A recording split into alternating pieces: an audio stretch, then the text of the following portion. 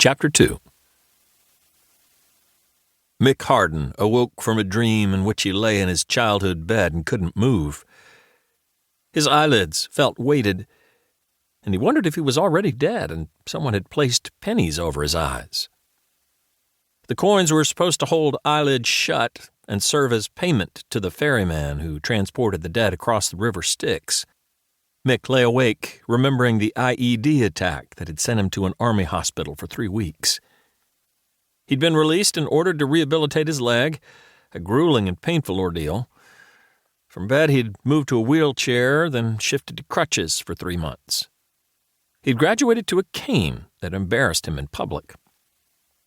His commanding officer, Colonel Whitaker, presented him with a special cane intended for soldiers. The lightweight aluminum was painted black with a slogan down one side, "This we'll defend." Because the words were printed vertically, the apostrophe was a tiny pip, and the motto appeared at first glance to be, "This well defend." Every time Mick used it, he remembered the old well at his grandfather's cabin in the woods, the water cold enough to numb his gums. He rehabbed his leg until he could limp around the base on his own, then asked to go home for the rest of his medically mandated leave.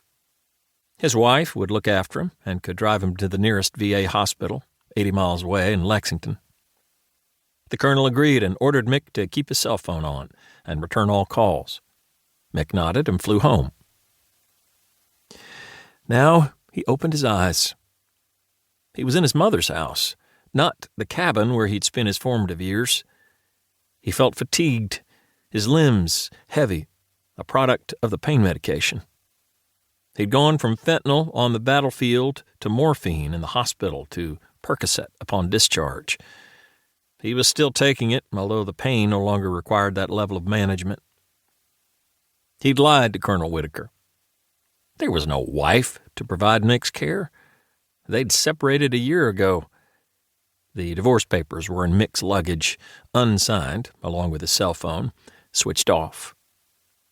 He was waiting for a reason to complete the documents and sever himself from 16 years of marriage.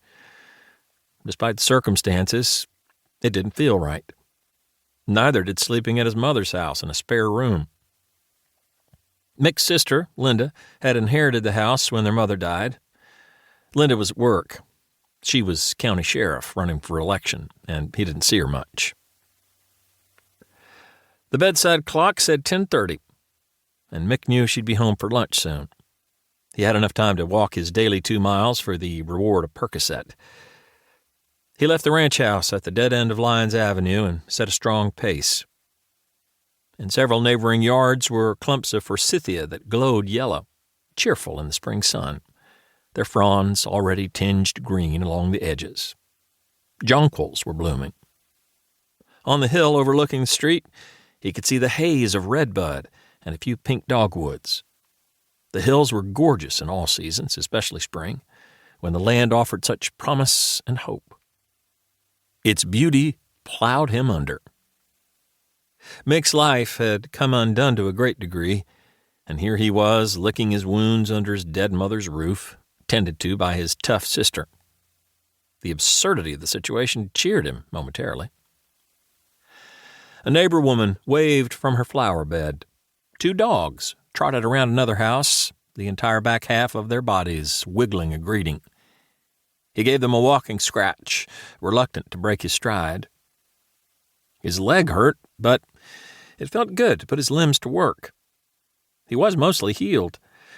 Daily exercise was the final stage of rehab, intended to rebuild the muscle mass he'd lost from lying for weeks in grim hospital beds. Across the street was Miller, the mail carrier, a man Mick knew from high school. His was one of the few federal jobs in the county, and more than 400 people had applied. Everybody wondered how Miller had gotten the position. Mick silently cursed his bad timing. Now he'd have to chat with every person on the street who was retrieving their mail.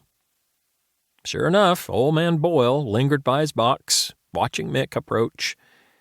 He wore creased trousers, tan loafers, and a shirt buttoned to the collar, as if he'd dressed for the occasion of leaving the house. Bull Boyle had served in Vietnam and lost a son in Iraq.